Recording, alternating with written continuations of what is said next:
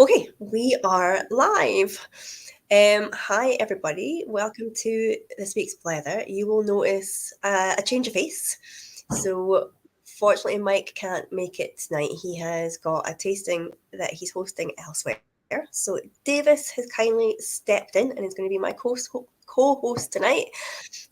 Some of you guys will know Davis from the shop, and some of you guys who did the Whisky Academy last year will know Davis as your fellow cohort driver, shenanigan person. I don't know how many other titles can I give you, Davis? Yeah, that general dog's body, I think. General dog's body. Okay, so yeah, we've got Dave already online. Nice to see you, Dave. And we've got Rick as well, who was up there very early because the clocks changed in the US. So yeah, he's just been counting down and waiting for us all to catch up with him. So I hope you're still there, Rick, and you managed to wait for the hour or so until we appeared. So yeah, let us know, guys, who's all watching. Let us know what's in your glasses tonight. Tonight I am on the tea because I've come down with the lurgy that everybody's got. I've got this cold and stomach flu that's going around, so I'm on the peppermint tea. Davis, what is in your glass tonight? I am on Glenlivet Founders Reserve. Awesome. Nothing special, but I've yet to crack open one of the popular bottles that I've got in the cupboard. But reluctant. I don't want to get too much into whiskey and then start blethering absolute nonsense. So I'll go easy stuff though. Nice introduction.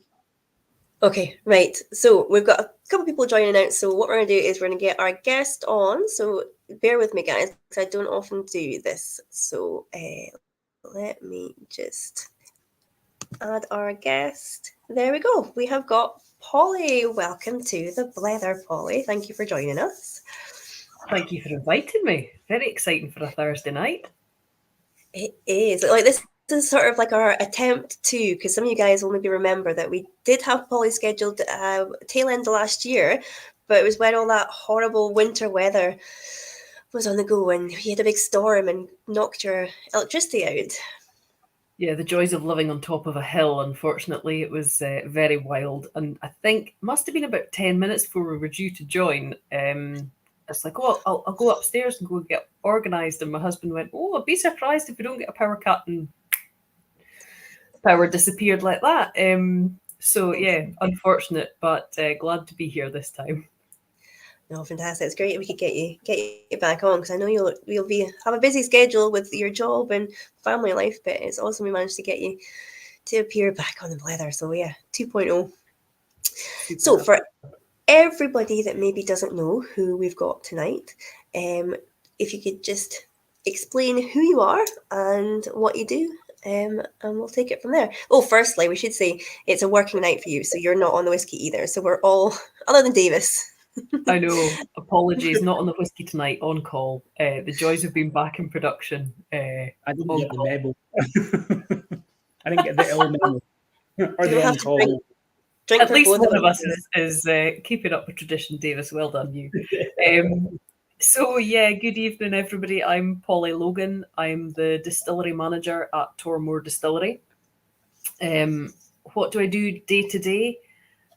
Today I spent a lot of time speaking to a lovely man about cutting bushes. If anybody has been past the distillery, you will know that as well as being an absolutely beautiful distillery, we have some pretty outstanding topiary. And I'll be honest, I didn't think coming back into distillery management that I would be having to learn so much about topiary.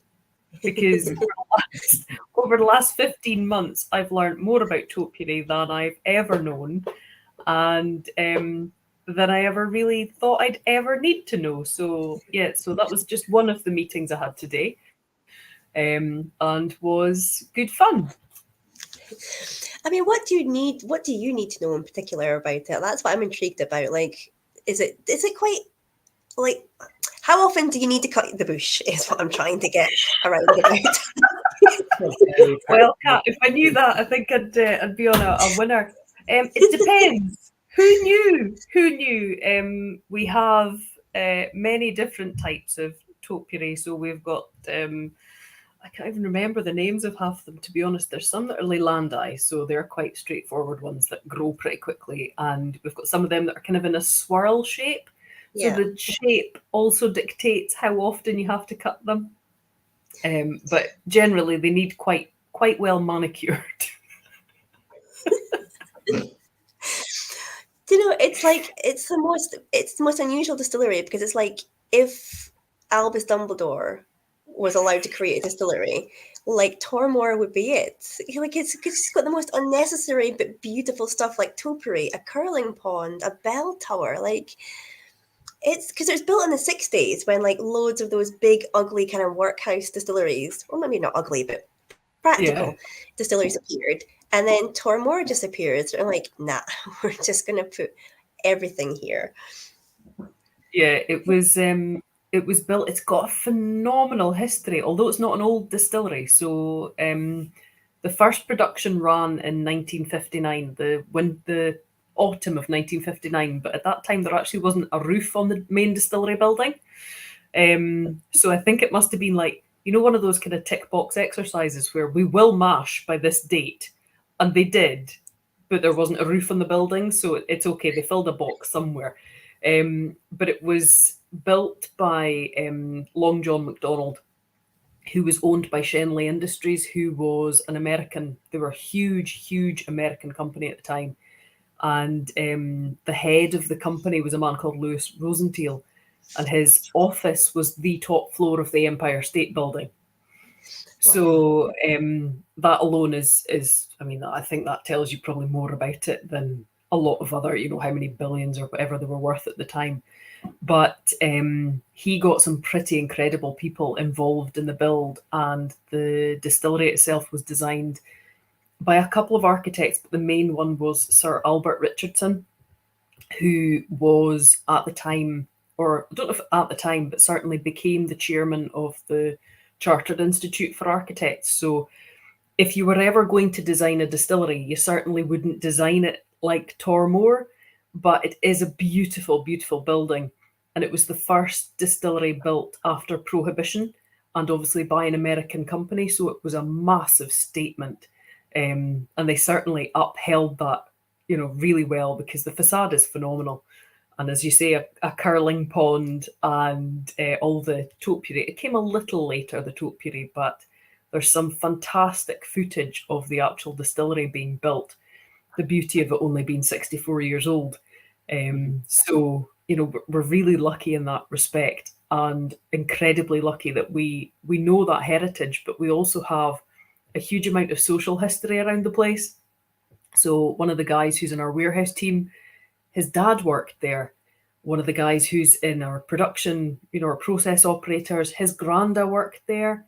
We actually have a small building team within our team on site, because obviously the buildings are so iconic. They're all listed. They're needing a little bit of care and attention at the moment. So we've got 3 guys that work under our project engineer to make sure that they're getting the care and the attention that they deserve and love. But our sort of head guy in that team, his grandfather actually helped build the distillery. So that's excellent. Even in the small, the 15 months that we've been running the distillery, we've taken on a huge amount of guys, but the social history that we've actually inherited has been phenomenal. Yeah, that's excellent. So you've got a sort of like an in-house team who will ultimately take their own pride in carrying on a family tradition, essentially. Hugely, hugely. And it's that to us is really important, because obviously we're owned by a family business. Elixir is owned by Sukhinder and Rajbir Singh, who have, they're absolutely incredible businessmen, but they are first and foremost their brothers, their family. And we kind of joke about it being, welcome to the Elixir family, but it really does feel like a family. Yeah. So it's a really, really lovely place to be. It's really exciting, but we discovered quite quickly after we got the distillery, and I think we started digging about last February, there was a bit of an issue with a few of the drains at the front of the distillery. And I don't know if anybody's driven past, lately, but there's quite a lot of Harris fencing up, and it's barriered off because nobody can come in the front door. Yeah. Although it's remarkable how many people will climb over a Harris fence to get in a door when there's like 3 or 4 open ones at the back of the distillery. But so we had to dig it up. But the whole of the front of the distillery has actually got these beautiful cobbles that are probably about maybe 5 inches long by about 2.5 inches wide. Okay. And these cobbles they're also, they're about 6 or 7 inches deep. So the cobbles sit up on their end. Mm-hmm. So we had to lift them all before we could dig down underneath to find the pipes, and then obviously change all the pipes out. I don't know if in the 50s and 60s they obviously didn't believe in stainless steel pipes. I don't know if it was a thing at that point, but the pipes were a bit of a melee, so we took the opportunity to lift everything and replace absolutely everything while we were at it. But they're now relaying these cobbles, and the guys are doing such a beautiful job of it. It's extraordinary. You could sit and watch them for hours. It's absolutely amazing to sit and watch them put all these cobbles back in. So it's really good. We've got Pat back. Sorry, right. Hello, I'm back. I moved to the kitchen, but because it's closer to the internet and in my brain, that makes sense. But my lighting in my kitchen is horrific, so I look like I'm just in the dark, but it's fine. We'll call it dramatic lighting. Here we go. I tell you what, I keep thinking like light coming out of my head. For folk that should start playing the Blether bingo, where inevitably you are going to lose internet. Mike is going to pull a bottle out of somewhere that no one's ever heard of or can never ever get their hands on. And then I think we should just start compiling bingo numbers as we go along. I'm going to do that thing that we were talking about beforehand, and I'm going to try and show a photo of the cobbles at the front door because they're all going back down. So now I need to come closer to my head. Oh, wow. Isn't it cool? That's lovely, yeah. Mm-hmm. So that was taken just last week. So the cobbles are all going back down now. It's great.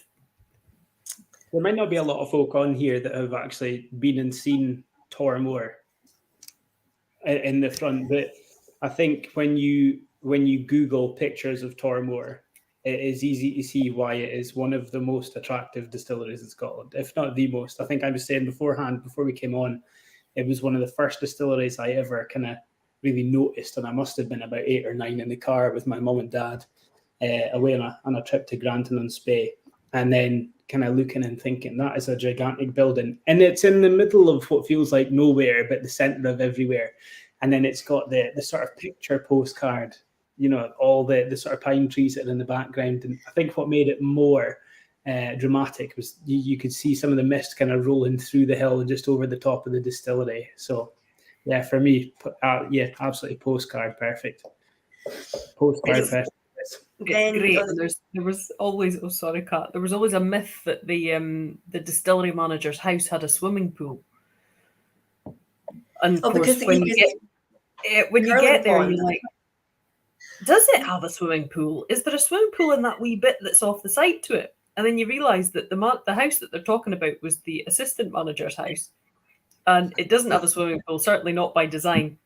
What it does have is the big curling pond out in front, which is, as you say, it's a curling pond.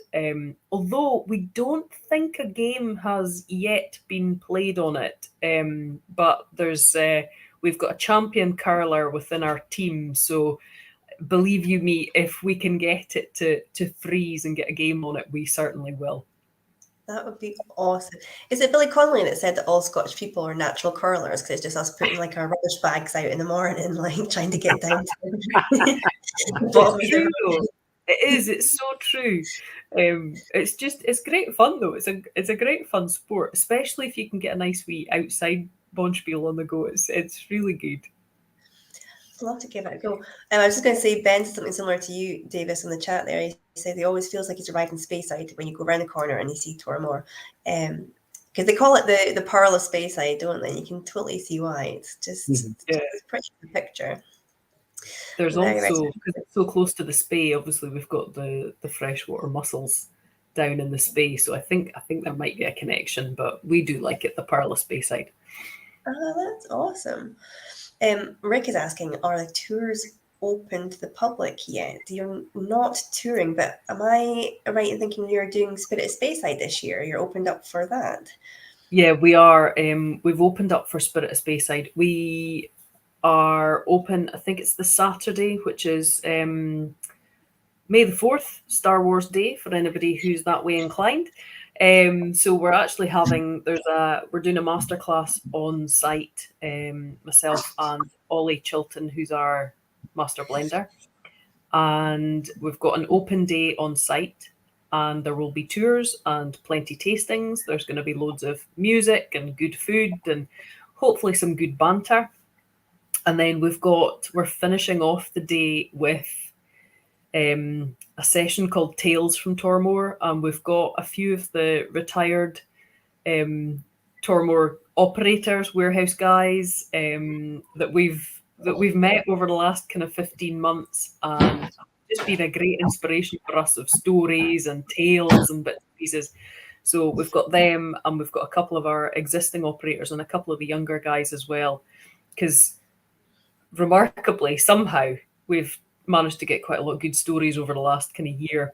So we're just going to have a wee sit down in a Blether. But obviously, we couldn't call it the Blether because you guys have already got that one. So it's Tales from Tormore. There are still some tickets, actually, and it should be a really good event. Myself and Ollie and Chanel, our marketing director, were walking around site today just doing a wee kind of check on where we're going to put these bits and pieces and where we're going to have that. But we've got a Cooper coming along, so he'll be showing some coopering trades, and we've got lots of guys there to answer lots of questions, and I'm pretty sure we'll manage a couple of drams as well, and even some cheeky wee cocktails.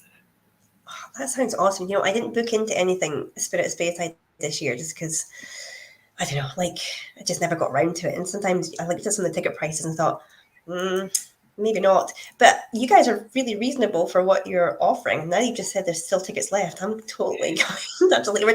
Come along, honestly. Yeah, we should. It'll be a good day. We've even got wet weather alternatives should it be a moochy day. But Davis, you can come up and maybe do an anti-mist dance so we can scare it away. Yeah, we'll do that. Yeah, I'll bring along my my tarot cards and some incense and stuff like that. We'll do a little dance in the car park. Just wear a Jedi cape; it'll be all okay. Yeah, we'll do that.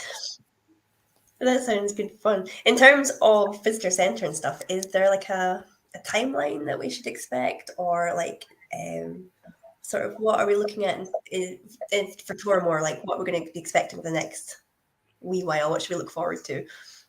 We are still. We've been on site now just for over a year. We've had a couple of guys in to look. A couple of pretty big architecture firms have been in to have a quick look around and see where we might put a visitor centre, what we might do with it. And we're still a bit flummoxed as to where we're going to even put one on site. However, we will try and do something, and quite quickly, because the last thing we want is for, there's been quite a lot of noise about Tormore because obviously Elixir have bought it. It's not really that well known a brand that's out there. I think when Chivas had it, there was quite a lot of bottlings that were done for the French market, but not a huge amount for the domestic market. So we do want to keep a wee bit of buzz around the place. And so, yeah, we will be doing something. But yeah, timelines, I'm not entirely sure. There will long-term be a visitor centre on site, and we will have, pretty good offering. Elixir as a company, we're growing so quickly. We've got obviously the Islay distillery supporting through and is coming online. If anybody's been to Islay and come in on the Port Ellen ferry, you'll see it from the ferry. The buildings are huge. They're absolutely amazing. So gorgeous white buildings. Just as you come into Port Ellen, you can see up on the right-hand side. So that's all kind of coming online as well. And we're looking at, we're starting to look at people that we need for that as well. So there's so many things going on that we're all, our heads are all so full. But yeah, we are desperate to get something because show off the old girl that is Tormore. If you need anybody for the tasting team, there's two friends that you've made this evening that would probably more than happily volunteer. Superb, I love it. Like Tormore's kind of been in the background for what seems like most of my living memory being the 90s, and then on from there. So like Allied Distillers had Caledonian malts, and they had like Milton Duff and Glendronach and Lafroig. And then they were all kind of represented. And then Tormore kind of got binned off for Scapa at one point. And then Chivas were the new owners, and then, the production capacity increased, but it just seems that it's all been towards packing.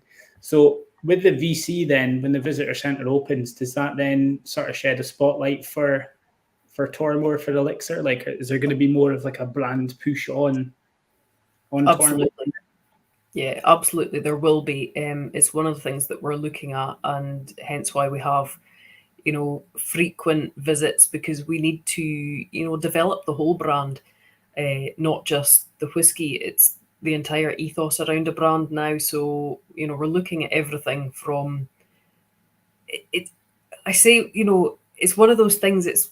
Although we don't have a long history, it's actually been quite a rich history. It's only been 64 years that the distillery's been completed.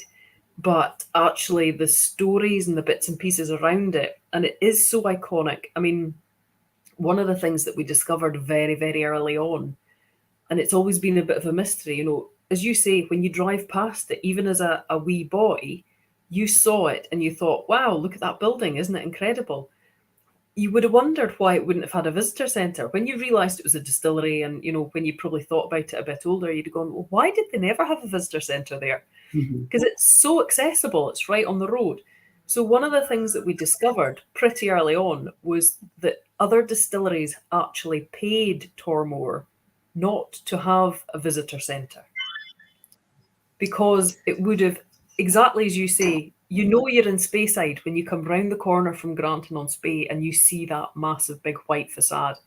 It's beautiful. It's a perfect little stopping place. So a lot of places were quite, I don't want to use the word threatened, but certainly a little bit, to actually pay the place not to open a visitor centre. So there's something happening there when you're being paid not to do it. Exactly. So, and I mean, that worked for the company that had it at the time. And that was something that they went, well, why would you do something if you're getting paid literally to do nothing? Okay, we won't do that. And you can give us more money. That makes perfect sense. So it's got some incredible little stories and quirks around it that, we need to somehow embrace that in our brand story. And we've been doing a lot of work. So last year we put a lot of new make into casks, and we spent a huge amount of time wondering and working out what types of casks we were going to use. And we've, we're also doing a wee bit with the mature liquid that we bought with the distillery. We got quite a big amount of maturing stock. So, we are looking to take out a single malt. There will be one, and we would hope that there would be, a decent age range. So, we're not reinventing the wheel by any stretch of the imagination, but we certainly will not put something out unless we're 100% happy with what we are putting in the glass. And yeah, we're really good that way. So that was one of the questions that's just come up, actually. Jeremy is asking on Facebook, what is the main plans for the spirit? Are you still selling some for blending or all single malt? And have you changed the style of new make after taking over? Yes, and yes. So yeah, absolutely. We have been selling the commercial, what we call commercial Tormore. However, for our own new make and filling, we have been playing. I think you mentioned earlier Albus Dumbledore. We have likened ourselves a little bit to Willy Wonka, so we've been trying.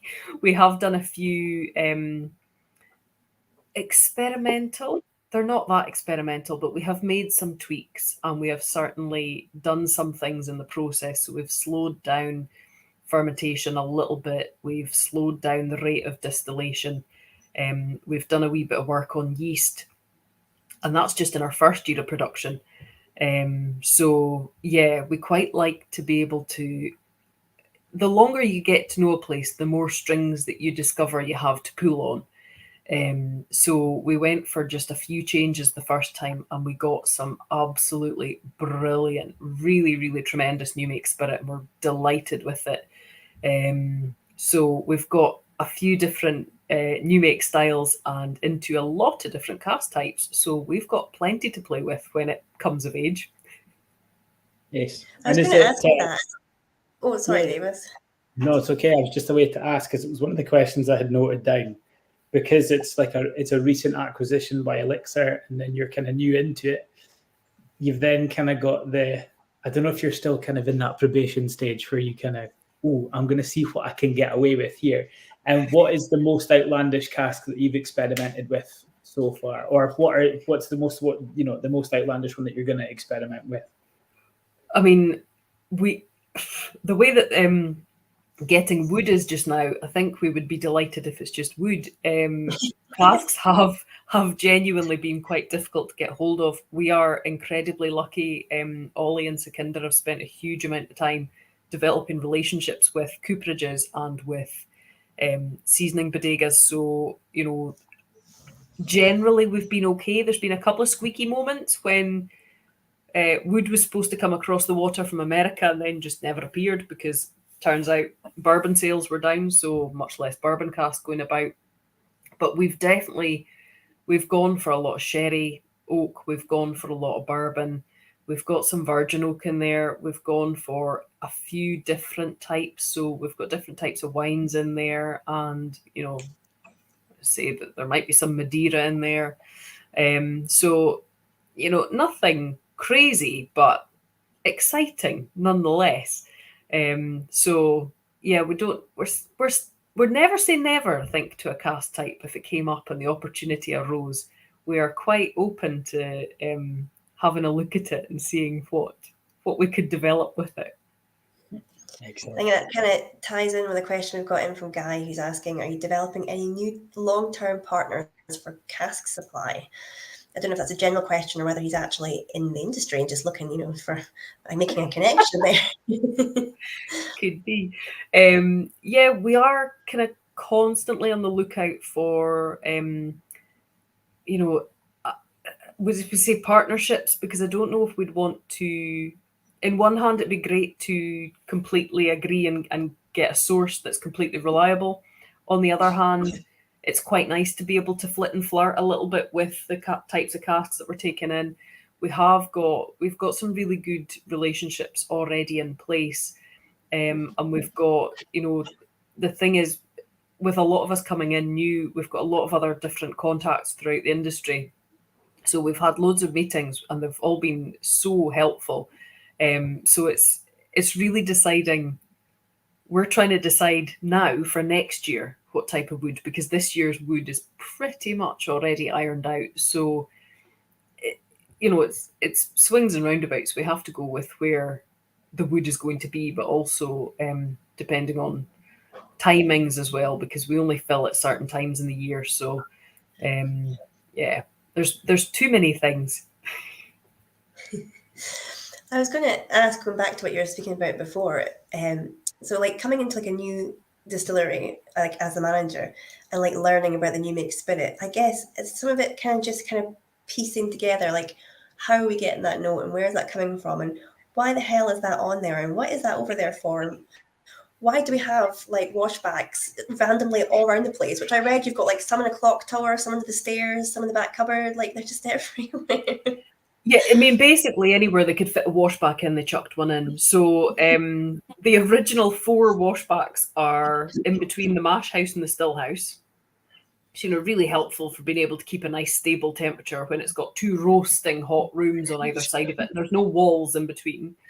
In the 70s, when they did the expansion, then they added in 4 extra stills, but they also added in 4 extra washbacks, but they sat them on top of the boiler. Excellent.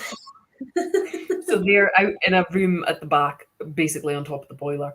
And then in 2011, when they did another upgrade really to the site, they added 3 more washbacks, and they're across in the clock tower, which is a phenomenally beautiful building. And then just randomly has 3 washbacks and a big pot ale tank in it.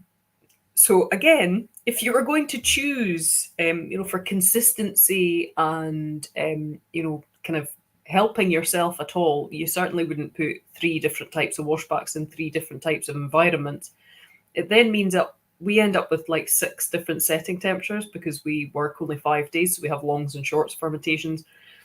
So yes, it really does make your life somewhat complicated, but we'd be bored if it wasn't.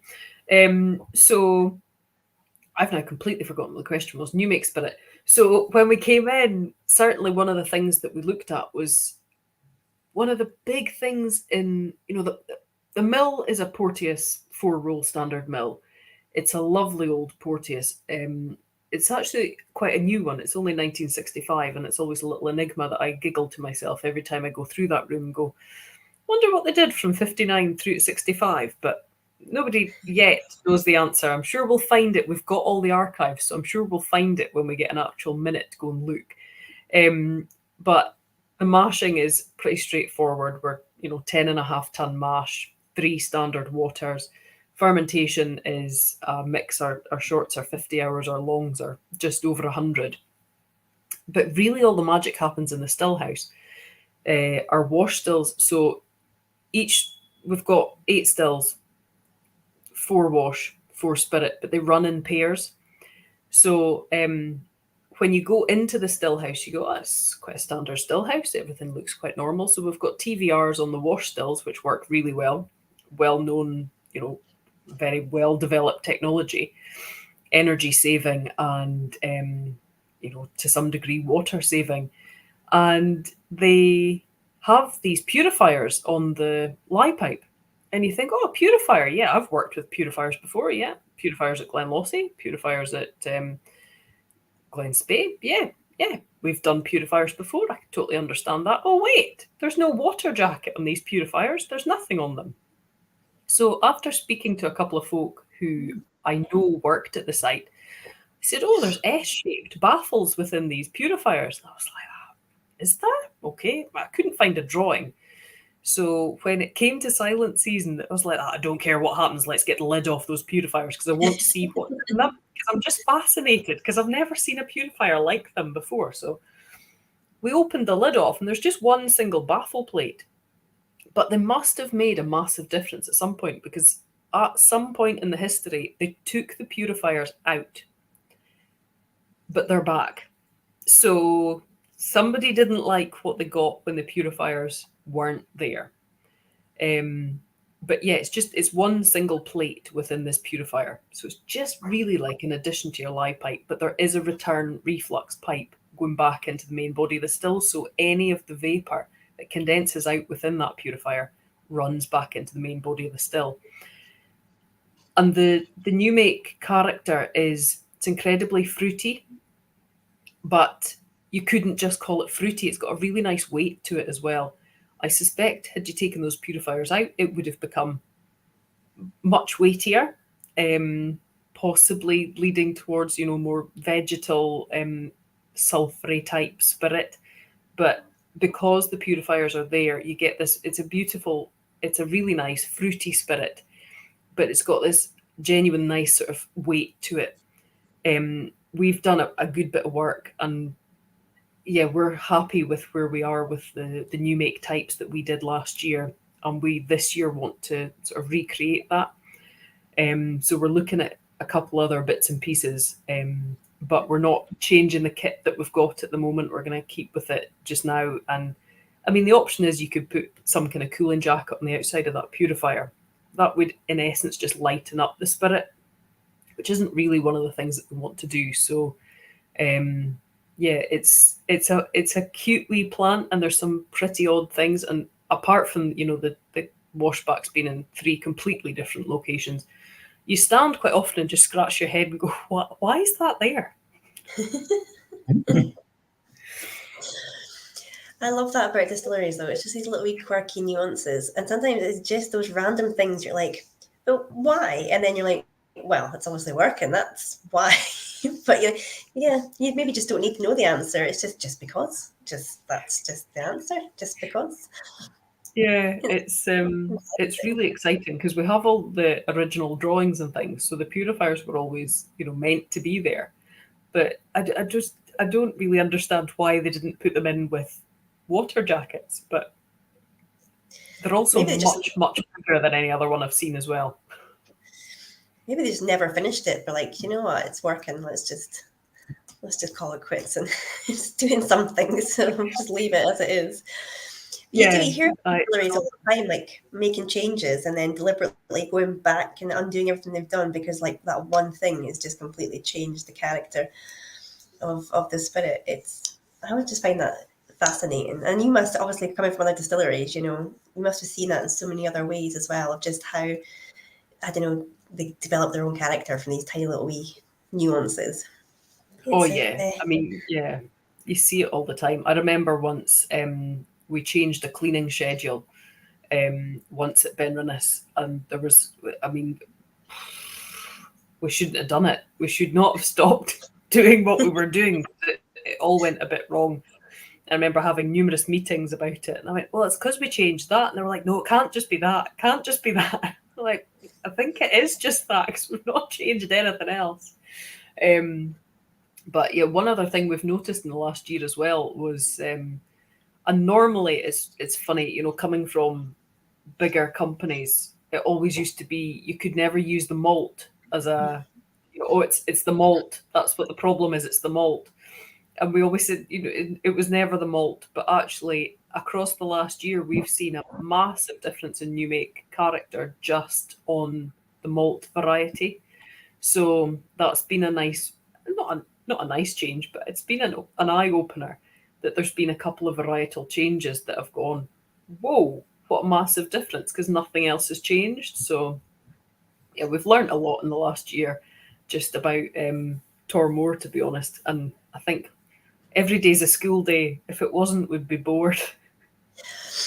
That's it. It keeps it interesting, doesn't it? But yeah, I mean, it must be a lot of rewarding kind of daily work for you as well. Whether it's like a meeting about topiary and then, you know, trying to figure out what the hell are these purifiers for, and you know, where the hell is that washback? And obviously, it's just been who's going to front the curling team? Yeah, I know. Well, actually, the guys today were cleaning the curling pond. That was one of the guys was doing that today. One of the others was doing the cobbles at the front of the distillery.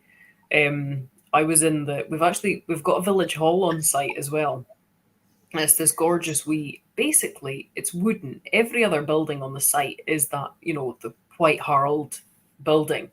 And then we've got this wee random wooden village hall that back in the 80s, even I think maybe even into the 90s, used to have badminton in it for everybody who lived there on a Wednesday night. There was a badminton in the village hall. But we currently have there's a model of Tormore Distillery, a little working model of it, and it was in the Scotch Whisky Experience in the Royal Mile in Edinburgh, and it came to us with the sale of the distillery. And this little model is, I say little, it's actually huge. I mean, you need quite a large room to put it in, but it's just the most gorgeous little thing. And the walls come down in it so you can see into all the vessels, and lights come on, and things that can move in it do move. And it's even got a little chimney stack that actually smokes. So there's a little smoke machine in it. And so, yeah, I was awesome. in there today. Yeah, just prior to the topiary conversation with the lovely Have Ben. you ever been tempted to get a little Lego man and just try him out inside the I don't need a distillery? little Lego man. There's little humans in it. There's little model humans in it. And Ollie, our blender, was up, and Ollie was going, "Oh, Polly, look, we're going to have to change this. There's a man in your office. We're going to have to change it and get a little model of you made up to go in the office." I don't know if Mini Tormore's ready for that, to be honest. But you have to just get in there and just flick him out and get like a little wee yes. I'll just see if there's a little Lego minifigure that'll look a bit like me and just pop them in. Do you know, you've got like the amazing Merida hair, so I reckon you just get a wee Merida and just pop her in. Yeah, just stick her in there with our bow and arrow. I think that'll be totally up for it.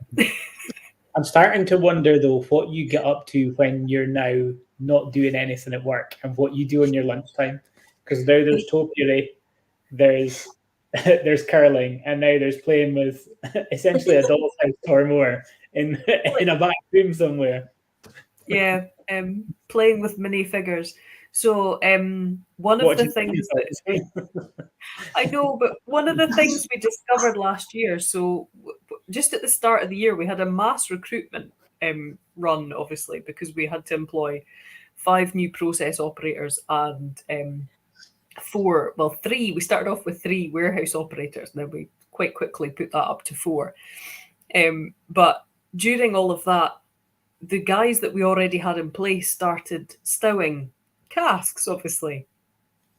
And they were new to it, but also new to the warehouses. And it was, if you're going down a warehouse and pushing a cask, if you look up, it's quite disorientating because, all the ends of the racks just look the same. So they started putting a screwdriver on the end of the rack.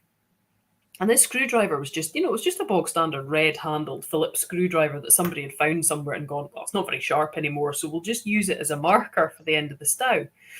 But my assistant manager, Sam, was walking down the stow, and she went, "Who's left this screwdriver here?" So she picked it up because she quite likes the place to be clean. So she picked up the screwdriver and she's walking off with the screwdriver. And, one of my warehousemen's like, "Martin, hey, where's the screwdriver gone? What's going on? What is going on? What's the chat with the screwdriver?" And they're like, "Oh, well, we're using it as a marker."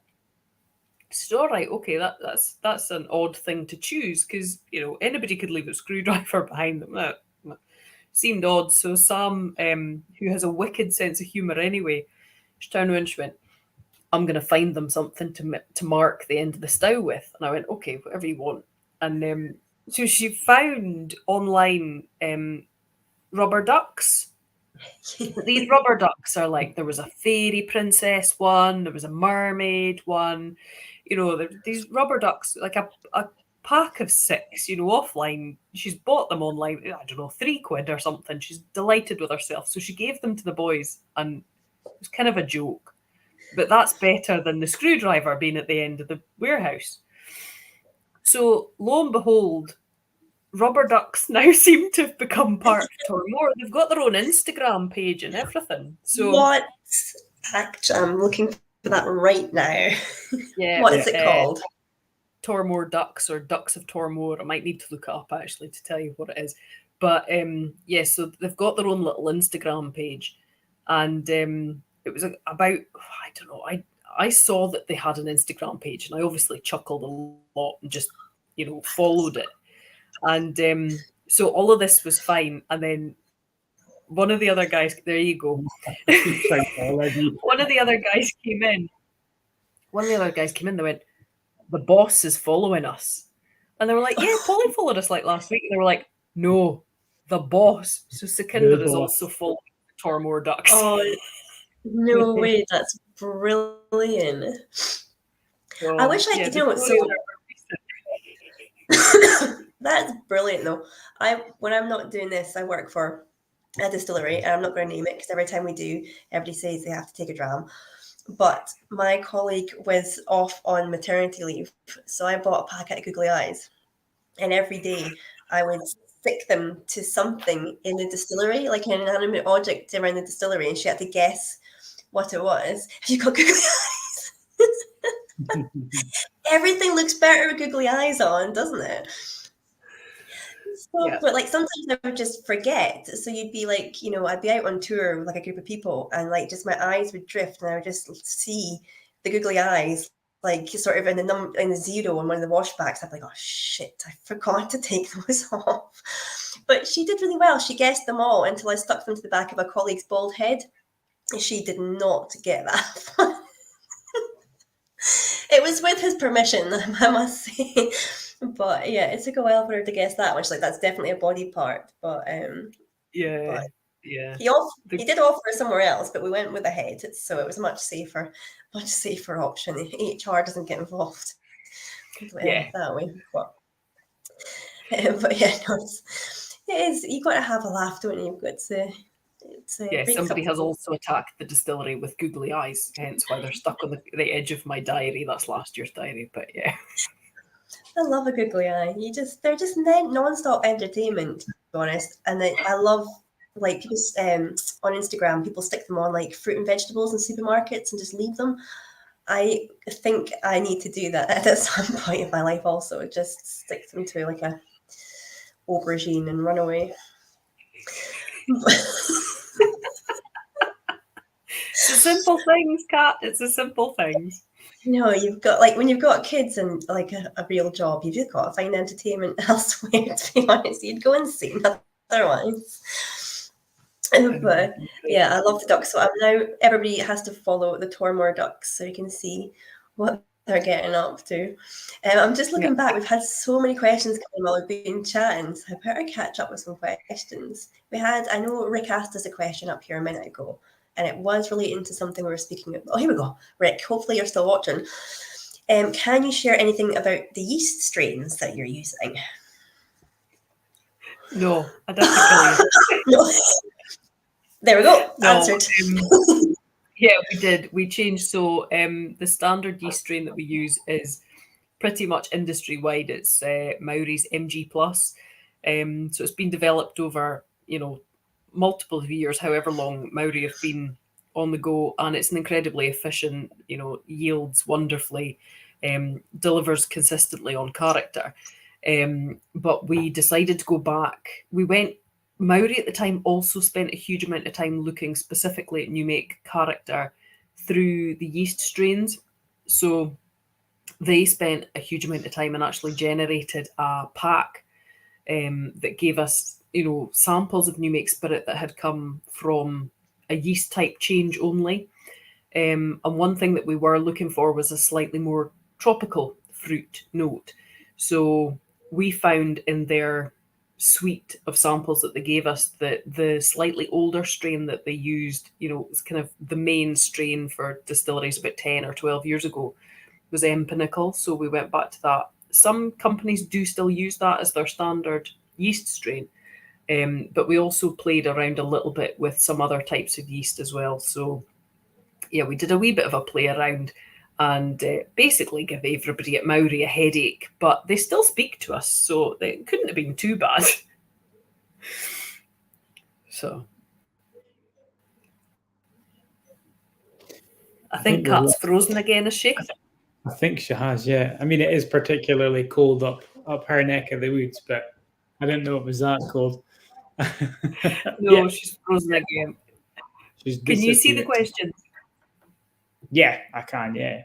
So that was from Rick and Russell, who I think you might have met through either the Whisky shop or he's now up at Gordon and McPhail, is suggesting that the curling rink could be the venue for the next Winter Olympics. Well, I mean, we could give them a shout. I don't know if we could facilitate so much skiing in the area, but yeah, we can go to Aviemore for that. Seems reasonable. It's only around the corner, isn't it? Only around the corner. So, and then he also had another question with, given the historical desire for no visitor centre at Tormore, rather than it being no desire for it, but rather the hush money that you were paid for it, how have you then been welcomed by the likes of like Glenfarclas and Cragganmore and some of the other sort of historical boys around the area. The beauty is that the whisky industry is so small that we actually know them all usually pretty well. So I've known Callum at Glenfarclas for years. Obviously, the Grant family have dealt with and worked with Secunda and Rajbeer for years as well. So we know them pretty well. Cragganmore, I used to work there because when I was at Diageo, I was a distillery manager in that group. So I started at the very start of January last year, and in the February we ended up with quite a long power cut.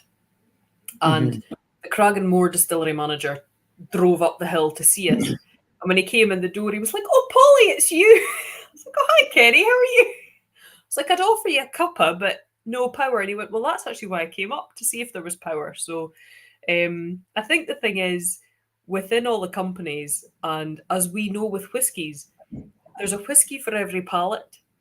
There's a palate for every whiskey.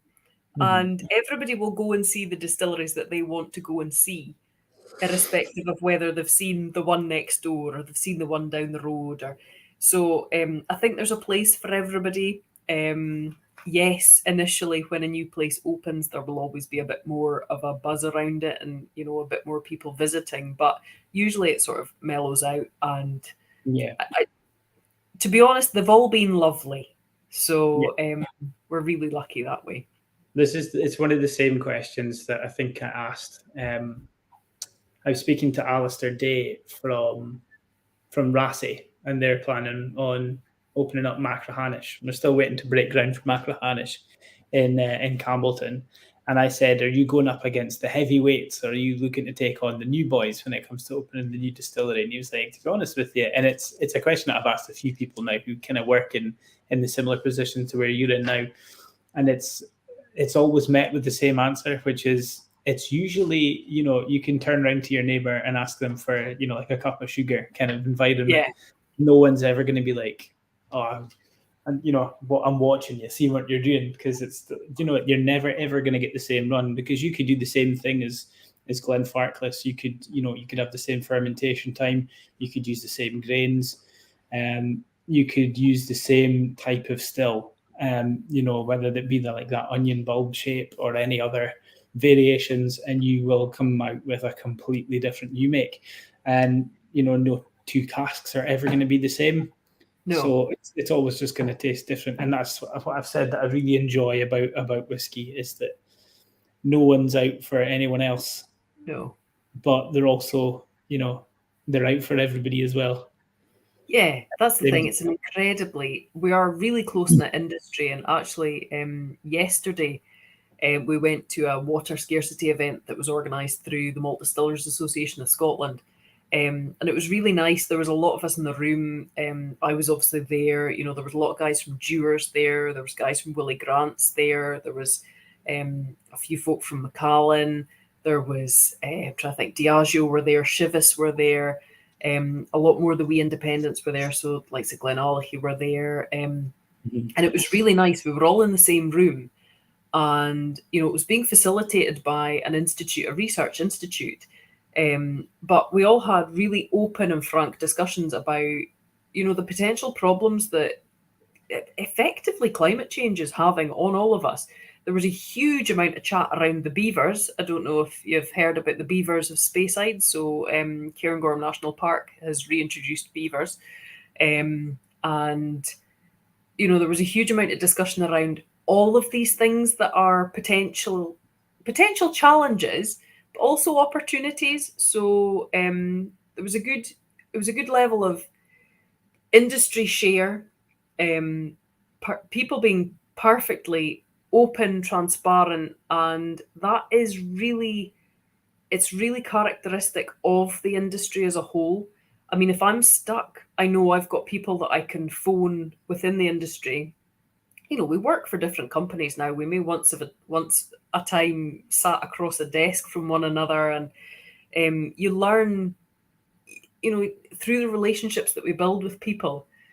We all know at the end of the day, whether it's to do with, energy saving, or, a coma visit that's coming up, or, you've got a problem. We know that people will phone each other, and I mean, I've helped out people will help out me.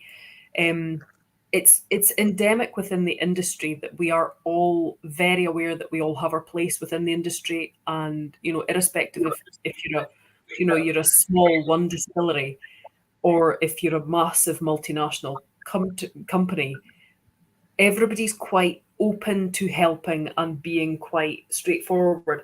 I know the marketing people would really like it if we were all having punch-ups down the local co-op over a slice of bread, but it's not like that. We're genuinely quite a close-knit industry, and we do all like to help each other out. And we find incredible savings across, energy certainly, and water being the two main ones at the moment.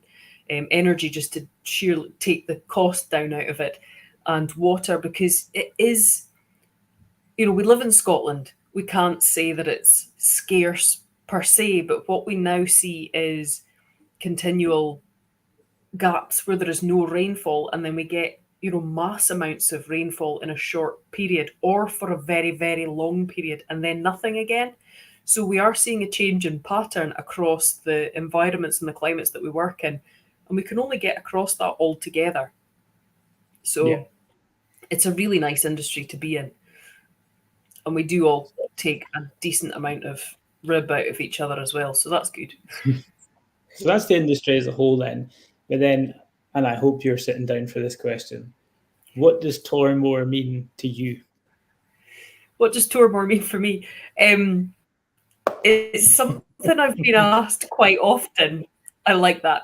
I like that form of interest. Wait, Davis, so that's not your last question, is it? Because we're going to have to call it now. No, I picked it back. When it sort of broke, when the news broke in June 2022 that Elixir had bought Tormore, I remember because I was working at Macallan at the time and thought, oh, it's an interesting move. And that evening I got a phone call from Georgie Crawford, who's our distillery manager across in Islay. And she said, I'm looking for somebody to run Tormore for me.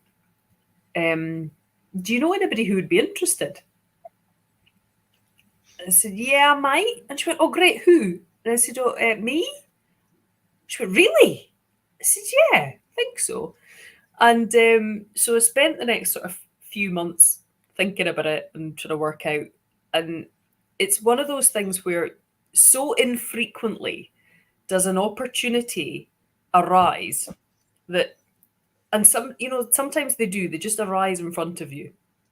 But an opportunity to take a distillery from being part of a multinational company and being very successful in that respect, but it didn't have a well-known brand associated with it. Yes, there's the occasional bottle of Tormore you see floating about as part of, as you mentioned before, some releases. There's some really nice independent bottles that have been put out on the market. But actually, to have a distillery that's so iconic and so easily identifiable within Speyside that didn't have a brand, to build an entire team around that, because we were starting out with nothing, and actually still be able to produce the volume that we do produce, it was such an incredibly rare opportunity that they don't come along very often. And, I went up to the place, and I'm a great believer in you kind of have to trust your gut feel on some things.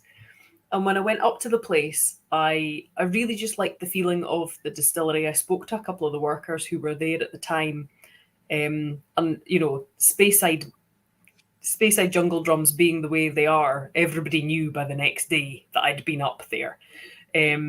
So it was kind of, I remember when it was finally kind of officially announced and everybody said, yeah, it's the worst kept secret in Speyside's history that Polly's going up to Tormore.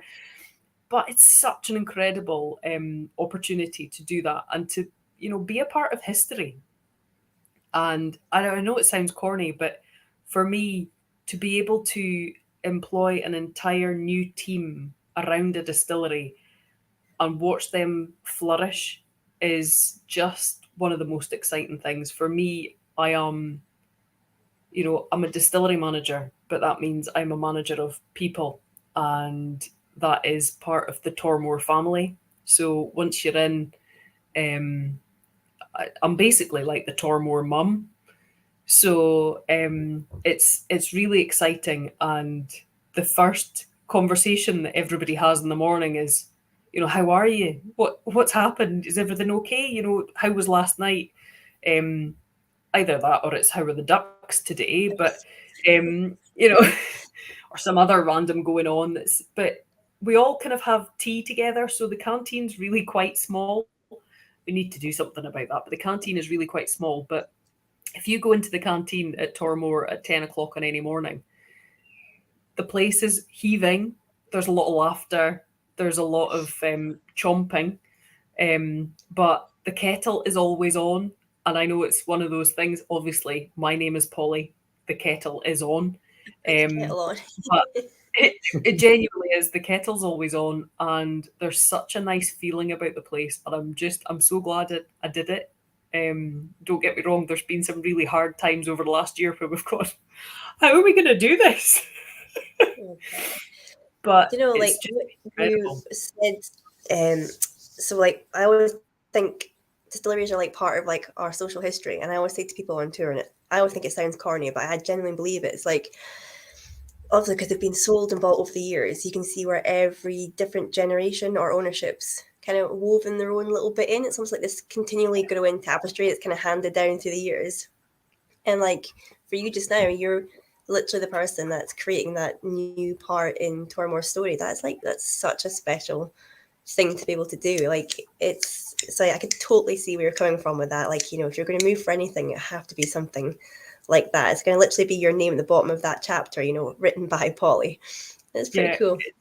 It's amazing. And there's actually a plaque outside my office door that is, in memoriam to one of the first distillery managers that was up there. And I really like that it's there.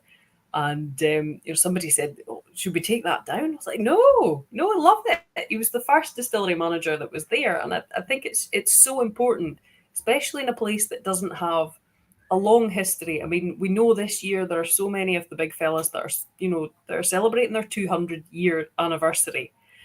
And that's an incredible achievement. It's absolutely phenomenal. I'm lucky enough to have worked for some of those.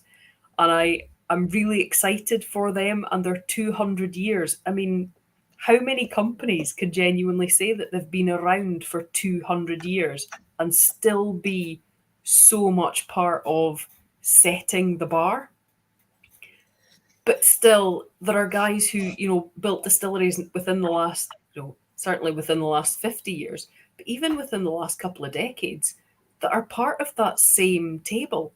And they can bring as much as the guys who have been doing this for 200 years to the same table. And I just love that about the industry. And as about, whiskey as a whole, that there is a place for everybody at the table. And it is just so exciting. And the opportunity to be able to, stamp your little bit of time on a place, I think it's great. And I always used to say, when we were taking folk round distilleries, it's a little bit corny, but we are the custodians for the small time that we are, in charge of that place or part of that building and part of that industry's, footprint.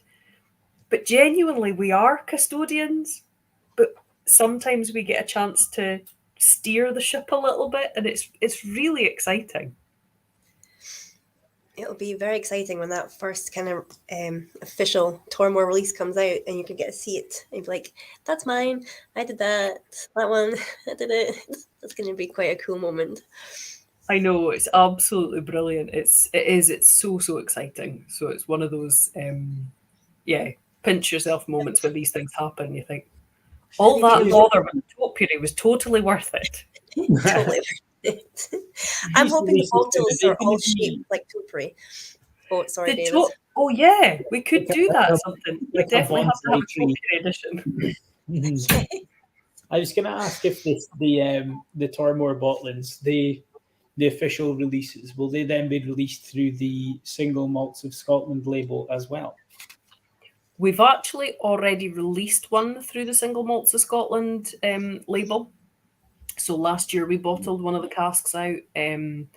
We've got some of it at the distillery, maybe making an appearance on May the 4th.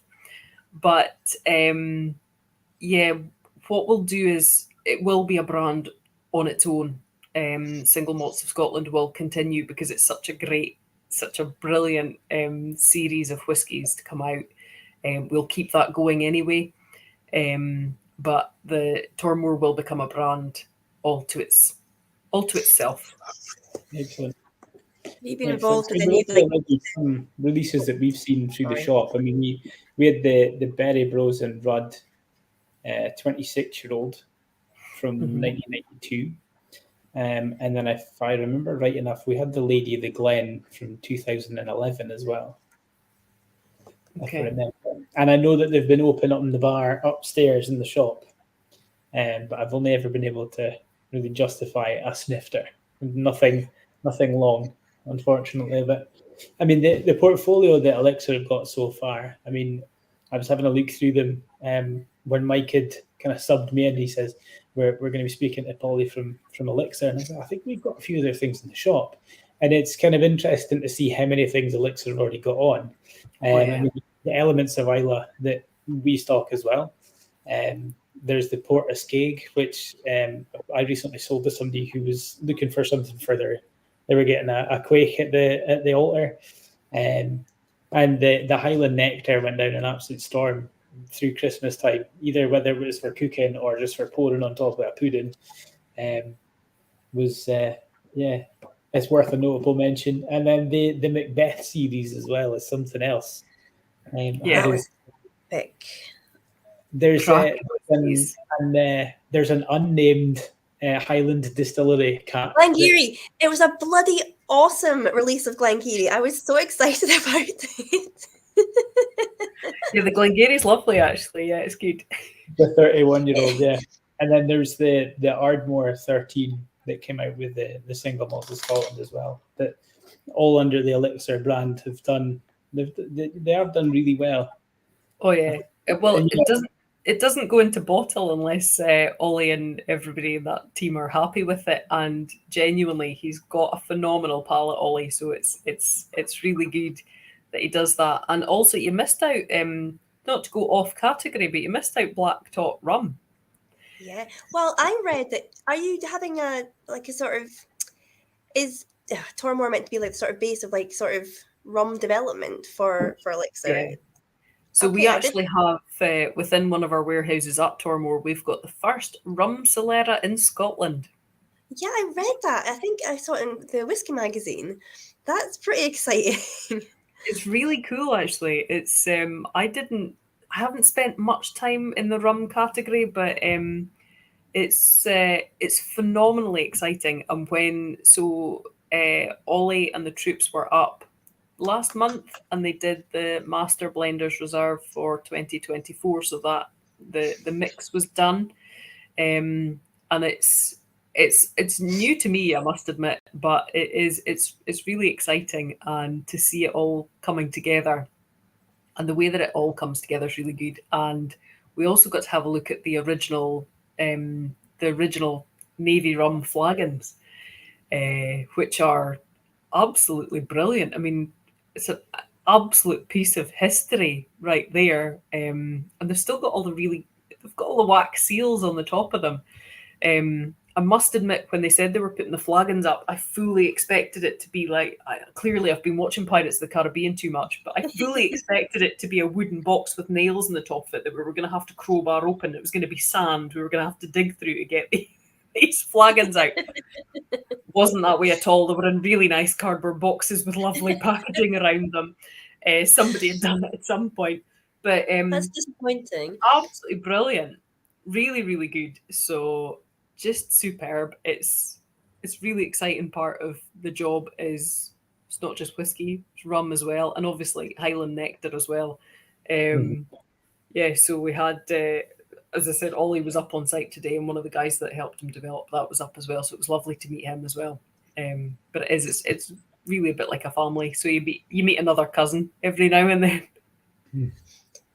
That's really cool. It's such a cool like kind of story as well behind the black tot and like the sort of the meaning behind it too. And I can imagine you'd have a few spare rum casks knocking around as well to play around with at the end of that process too. So Yeah, there's a few of them floating about. awesome. So maybe, I don't know, maybe that's a sort of system that could be transferred over into Tormore Whisky as well. It's like a Solera system for Tormore Whisky. Who knows?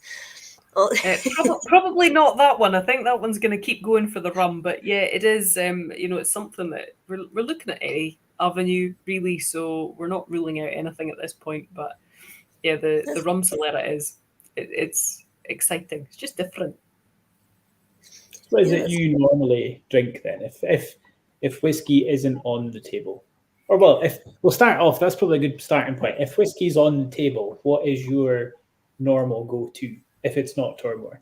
That's a terrible question, Davis. That's terrible. Terrible. Hang your head in shame.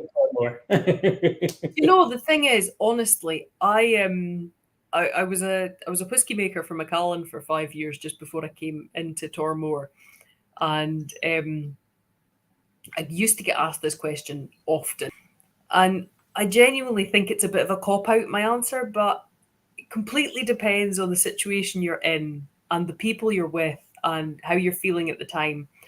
And, the whiskey for the moment is the whiskey that's in your glass, unless it's terrible and you have to go to the bar and go and find something else that's there. But it is a total cop-out, and whiskey is, and certainly as whiskey makers, one of the things that I think is the most amazing thing and part of our job is that we get to be part of our consumers' lives. We get to enjoy the high moments that they have, when they celebrate a success with a dram. We're there to commiserate with them when they've had a hard day or, a hard time. I think it's an incredibly privileged position that we're in, that we make products that can elevate people's day. It can also, make that moment. I think if anybody thinks of one of their best whiskey memories, it's less about the whiskey and more about the moment that you were in. We were speaking about it the other day when I was in Diageo.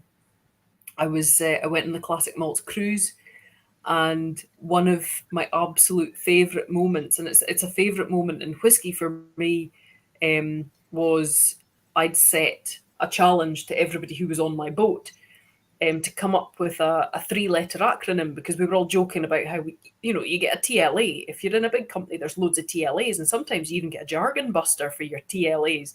Even TLAs have got a TLA. So we said, right, who can come up with the best TLA for our whiskey experience across the week? And when we were on the Isle of Pabay, which is one of the most westernly islands on Scotland, so it's I think Pabay, I can't remember if it's Pabay or Mingley. I think Mingley is actually the closest to America. But we were on Pabay. It was a nice wee one. And it was a gorgeous, gorgeous summer night. And we were looking down over our boat, this gorgeous sailing boat, in this beautiful horseshoe-shaped bay that the water, we should have been in the Caribbean, really. The water was crystal clear. The sand was white. It was absolutely idyllic. It was gorgeous sunshine. You had to pinch yourself to realise you were in Scotland. And we were all sat with, it was a Speyside dram, and I'll be honest, I think it was a Speyside of Dufftown. A Singleton of Dufftown, but I'd be lying if I was 100% accurate on the whiskey. But Jamie, who was the skipper of the boat, turned around and he went, "I've got the best TLA. This one's going to be the winner." We were like, "Oh, right, okay." I said, "Well, that's a brave thing to say. I'm the judge here." They said, SIP, SIP, Speyside in Pabay.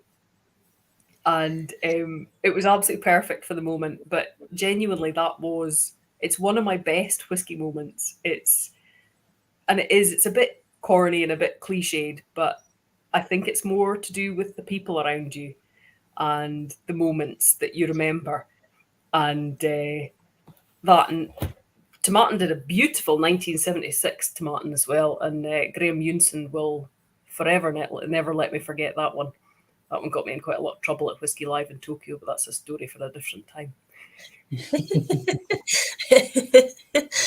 We'll need to get back on when you have had a dram, and we'll get that story for now. I do think you're right, though. Like, some of the best stories, like some of the best memories you have are not necessarily what's in your glasses, where you are or who you're with, or I think it's because like your sort of sense of smell is linked to your memory, isn't it? So it's just more of just that moment. But like, I think most people, when you ask them what their whiskey journey is, it's usually with something like, my grandfather always had this, or I remember my father used to take me such a place, or at Christmas time my mum always made the Christmas cake with it. It's all linked to those like people and memories and moments, as opposed to actually what the substance was in the glass, whether it's a Jameson's or whether it's a Tomatin. Oh, sorry, I just got open up here. Sorry, I just told him to go away. I know, but it's about the people and the place. I mean, I was so lucky at Macallan. I got to taste some absolutely phenomenal liquids, absolutely incredible. And similarly, when I was at Tomatin, I tasted some whiskies there that were absolutely outstanding. I actually remember, the age-old question is, you make whiskey, but do you actually like whiskey? And, I remember my first whiskey taste was accidentally drinking a glass of something like, I actually hate to imagine what it was, but it would do a low-level blend, let's say, thinking it was my apple juice on the table and going for the full glass, going back because I was thirsty, been running about and choking, going, oh, what's that? Being quite young, to the first whiskey that I genuinely really enjoyed was with David Stewart, who was the maltmaster for Balvenie for, he's absolutely one of whiskey legends. And he handed me a glass and he looked at me and I obviously made a face and he went, well, just pop an ice cube in it. Don't let the ice melt, but let it cool the whiskey. Okay. Happy days. So it was the first whiskey that I really enjoyed was with David Stewart. Absolutely phenomenal. What a name drop. That's not a bad first whiskey experience story. It's a good name drop, wasn't it? Yeah. Truth, though. Genuinely, it was the truth. And it was one of the things that when I was at Tomatin, I got to meet and do daily meetings with these absolutely incredible characters in the industry and total legends. And it's phenomenal that, you have to remember these things. So, it's good. I know. I always try and play it really cool. Like when I actually get people who, including yourself, of course, who have I've hounded and got them to come on, and then they appear in front of me on the camera. I'm like, okay, I'm just gonna brazen this out, be really, really cool. But inside, I'm like, that's Stephanie McLeod. Stephanie is lovely, though. She's such a lovely lady. She's brilliant. She was so lovely, and she honestly such a busy person, but she just answered my email. I was like, yeah, of course I'll do it. I was like, sorry, what? He said, yes, that's amazing. But yeah, she was fantastic. Even Rachel Barry, she popped into the shop because obviously she's from Inverurie. She's like, oh, hi, I don't know if you'll know me. I'm Rachel. I'm like, Rachel Barry, of course I know who you are. It's brilliant, though. I know. There's just so many amazing legends, but they're always just so, so nice as well. It's just a fun industry to be part of. It is. Talking of legends like yourself, Graham Fraser has just pointed out that he's going to be with you at the Spirit of Speyside Festival in May. Fabulous. Can't wait to see you there. Yeah, I'm going to have to get on and see if I can get a ticket because it absolutely sounds really, really good fun. I'll see if I can sort that out. We're certainly hoping that it will be. I'm sure it will be. We're always up for a bit of banter and a chat, and that's the whole point of it, is to get some good drams on the go, some good chats, and just a good bit of crack.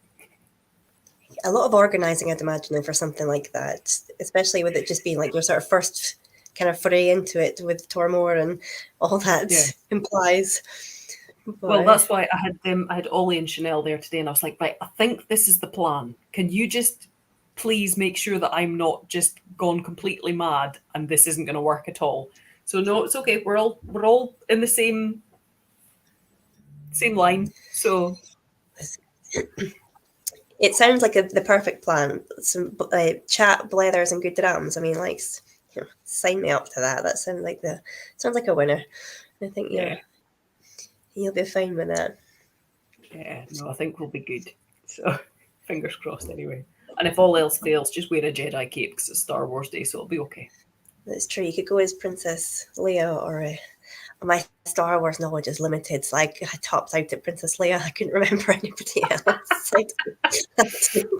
It's fair. No, I've got kids, but I don't like anything to do with space, so I just fall asleep whenever they put that one on. But it's much more than space. don't. There's space paint. There's lightsabers. There's alien things. There's a big slug that ties kids. It's all a bit weird at one point. Yeah, you've got to love a bit of Lucasfilm. It's the way forward. Mm-hmm. I was expecting when Lucasfilm was bought over by the Disney thing, it's going to be like Mickey Mouse fighting Darth Maul at some point. But I think they've kind of they've left all that out. They're not wanting to blur them together for some reason. Well, I don't know. I got given a gift last week by some absolutely lovely people who I took around the distillery a couple of weeks ago, and they gave me a hat that is half R2-D2, half Mickey Mouse ears. Wow. I think you should be wearing that to Spirit Speyside.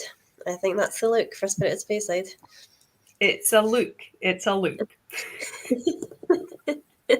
It's sat on my desk actually over the top of some samples, and it looks very nobody's pinched it yet. I'm quite surprised. You should do you should fill the curling pond with water and just do a whole giant hooked duck day. That'd be an epic Spirit Speyside. I'd sign up for that as well, actually. Just hook a duck. That's been suggested. Oh, I can't believe I'm not original. That is shocking and disappointing.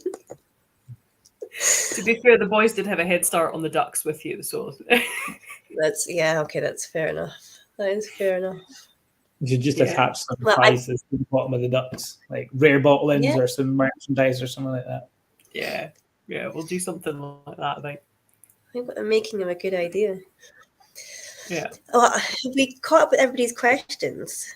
Because now we're just going down to the Graham is the last one. Nonsense, aren't we? Oh, Russell's been on the chat. I missed you, yeah. Russell. Nice to see you. Well, I should ask you the question that Mike always usually rounds up the chat with, and that is, money no, what's the expression? Like, you've got all the monies, is what I'm trying to say. Yeah. What distillery would... Money no object. There you go. I've got the cold. I'm sorry. What distillery would you buy? Past, present, anywhere in the world. Which one would you buy? Holy toots! That's a question and a half. Don't say Tormore. That's Mike's big. She can say Tormore.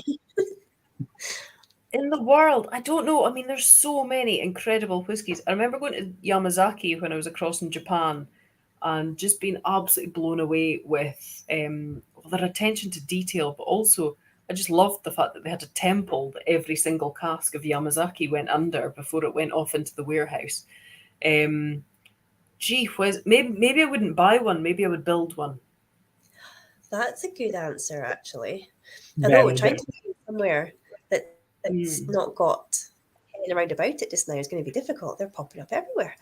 They are popping up everywhere just now. Yeah, so I don't know. I think you'd maybe, if money was genuinely no object, I don't think I'd buy. I think I'd build and make everybody genuinely wonder what on earth was she thinking when she built it like this, because that's all I've ever thought when I've gone into any other distillery is, why in the name of God did they do it like that?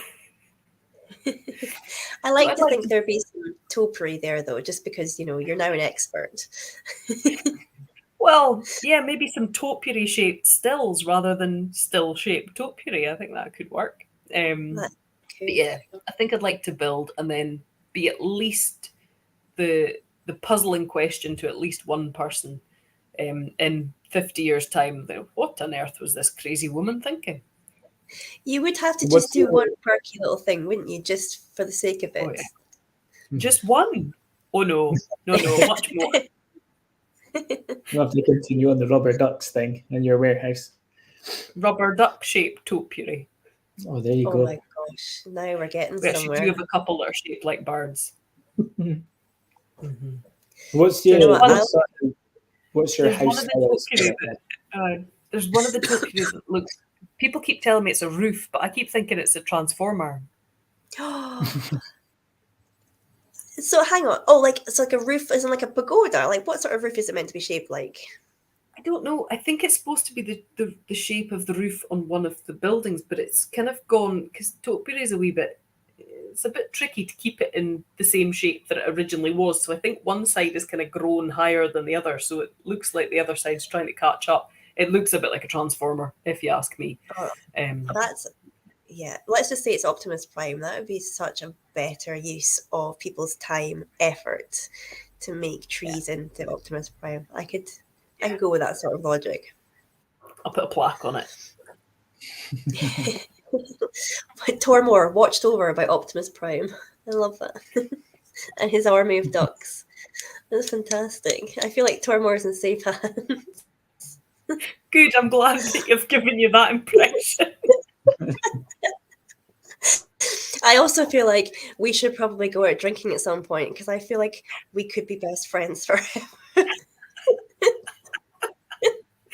don't know, it can be quite dangerous sometimes. I have been known for a requirement for a carer. We'll get Davis on board. Davis, you could be our designated adult for the day.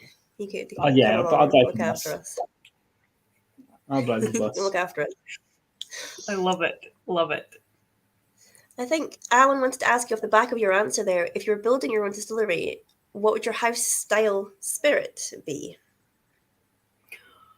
Questions are getting deep and meaningful here, aren't they?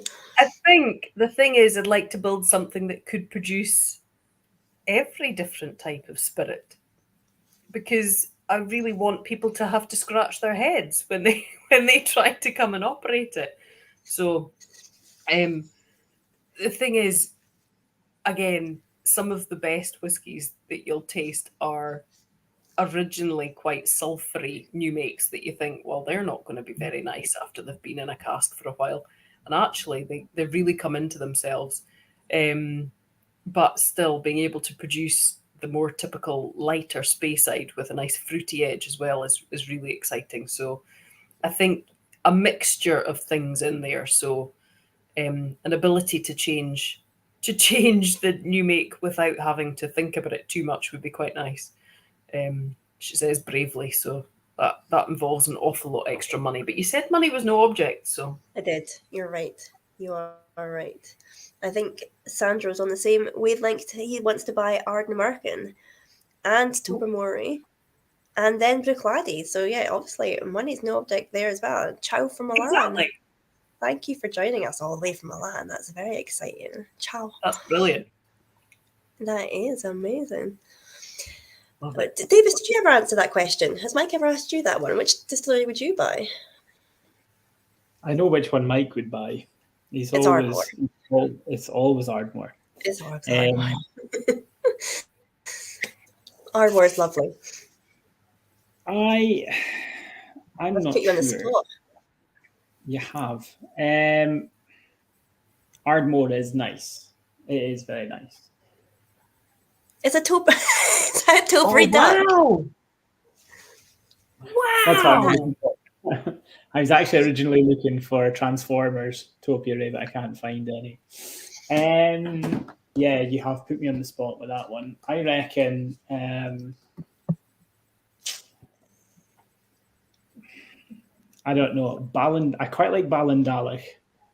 That's another one that I've kind of gone past. It's local to you guys and thought, yeah, that's nice. You know, it's so iconic, just with the huge sort of logo on the side of the white painted building.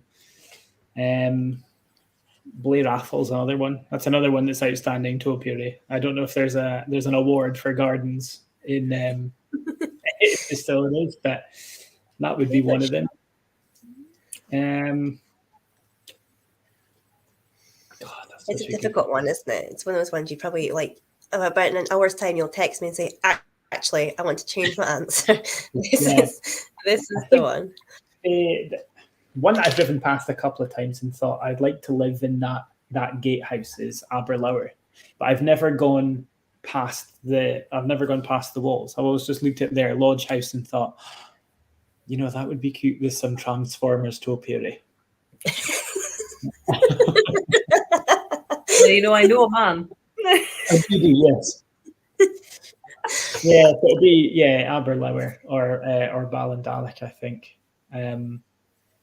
Mike kind of steals it because he's got with Ardmore being right in between sort of like two hills that I know he said he used to climb regularly, and then it's got a train track at the back of it. Like, what else do you want as a bloke? Do you know what I mean? I know, it's pretty Tomatin's idyllic. got the train track running through it as well. Mm-hmm. And does it? Tomatin's on my list of distilleries to do. I think quite a few are near train tracks, aren't they? Because that's kind of part of the reason why. Oh yeah, well, there's a lot on the Speyside Way. Huge amount, but obviously the train track's not there anymore. But huge amount go through the Speyside Way. I think actually, if we were to name all of the distilleries that had railway tracks, it would be here all night. To be honest.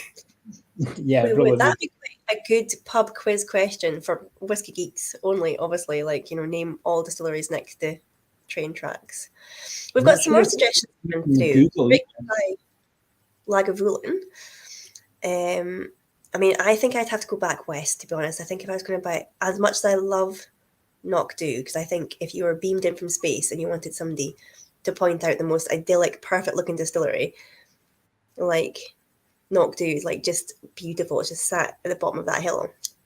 But I would want to go back out west, but I don't know which one I would buy. Maybe Bowmore. I don't know. Dave wants to buy Macallan. You're going big or going home, Dave. Wow. Yeah. Well, I know somebody that could help you with the running of it.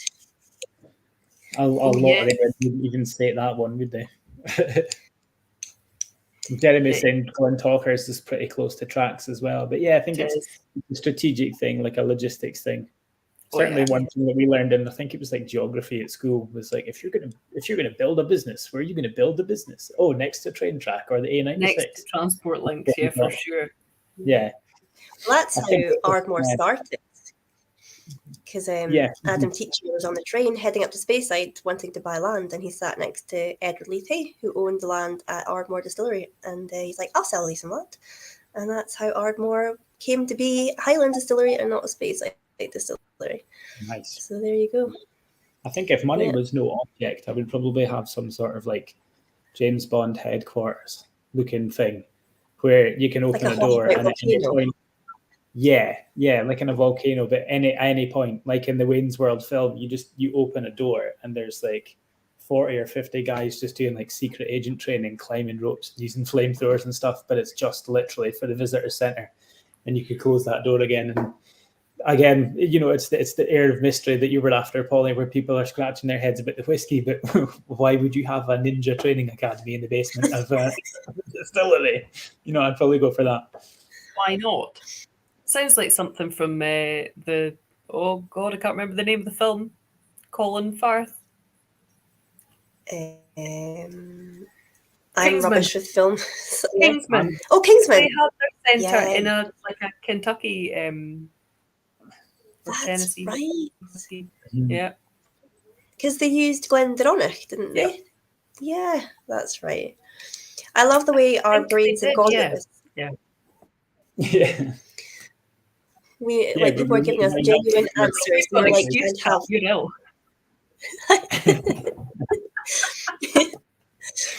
But we're like, we'll have ninjas and we'll have topiary, transformers, and ducks.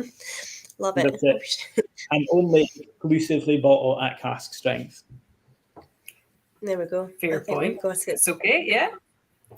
There you go. For the next time that I'm on the Blether, I'm going to have a full, a walkthrough. It'll be like going to Factory Direct kitchens and bathrooms. When they do those 3D things. I heard that advert the other day, actually. It's quite an advert.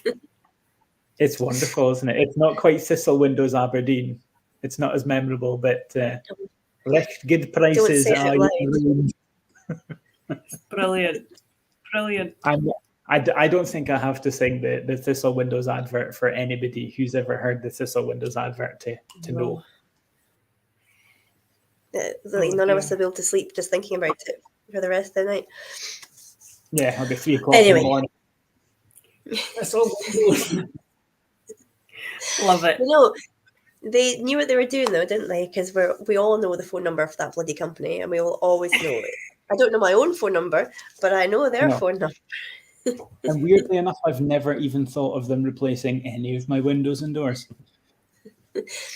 Not yet. Give it time. Why? Exactly. Just wait till you build that distillery. Think of all those windows and doors you're going to need.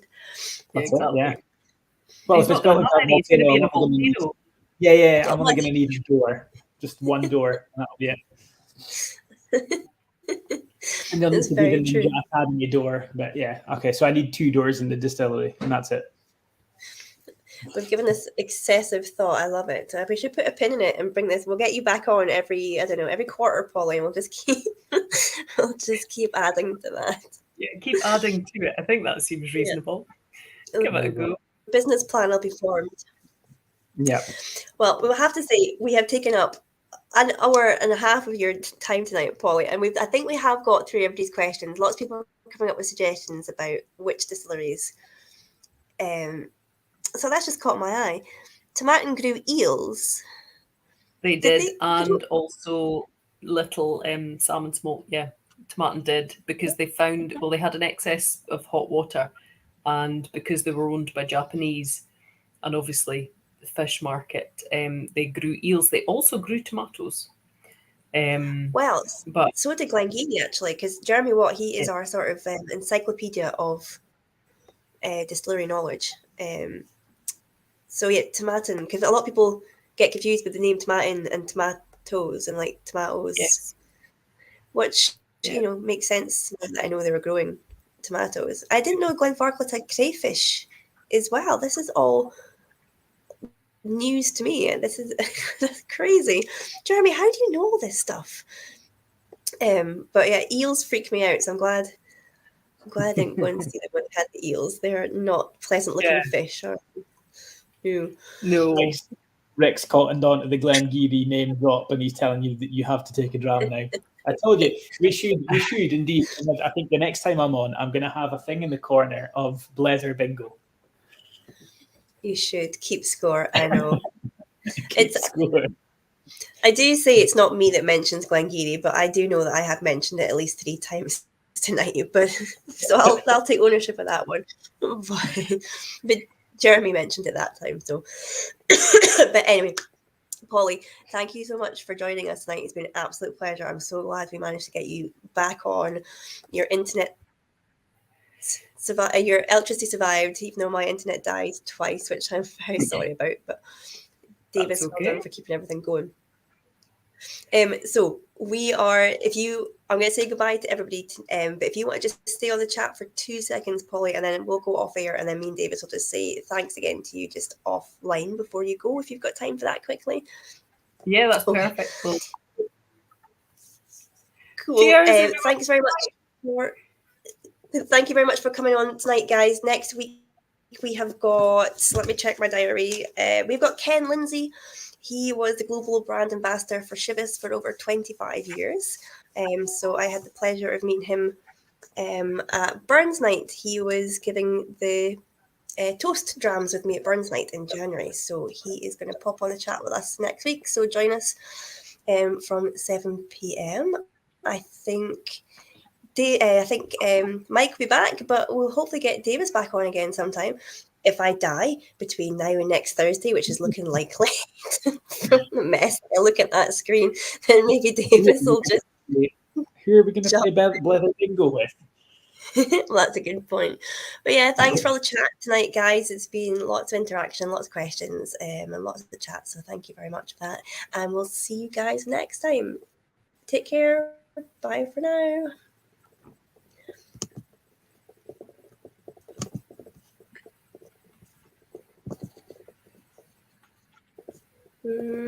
It's